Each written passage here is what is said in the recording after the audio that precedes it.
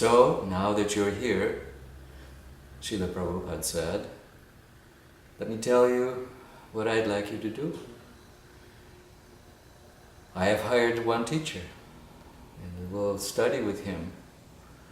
You will learn everything properly, because they are very expert.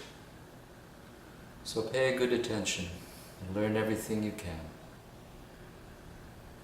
There's painting to do, sculpture.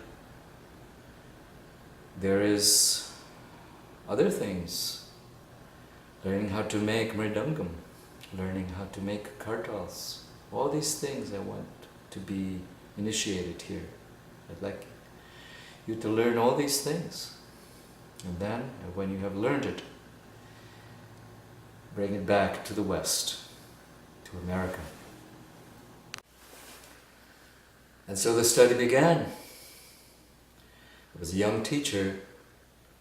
Interestingly enough, the tradition of Putul is a very insular tradition. It is called Gotra, and the teachers and the masters in that tradition have been doing it since immemorial time. And the family is called Pals. They are Pals. And Pals are excellent sculptors, and they are also prolific potters. So this is the interesting tradition, Bengali tradition, is that these great masters of beautiful forms, traditional forms, of various deities, are most of the time they make useful clay utensils for the people. This is majority of their work is centers around that. And then a number of times in the year, when it's time for a particular celebration, traditional celebration which is usually lasts a couple of weeks. So prior to that, these incredible, beautiful dioramas are created. These scenes of a particular deity and the pastime of that deity. So the work began, and the first thing that became very powerfully clear is that the apprenticeship program, what we call apprenticeship program, what in Bengali is called Shishya,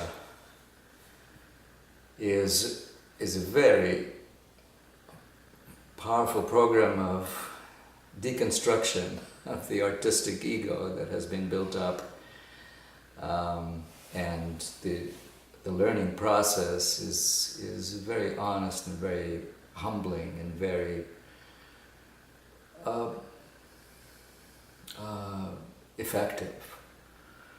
We spend most of our early days simply watching the teacher, and between observing the teacher, there were many chores that had to be executed, including cleaning the studio, bringing the water, cleaning the clay, bringing the clay, finding the clay, knowing how to identify different types of clay, cleaning it, preparing it for the teacher, and then afterwards cleaning the studio and tidying things up.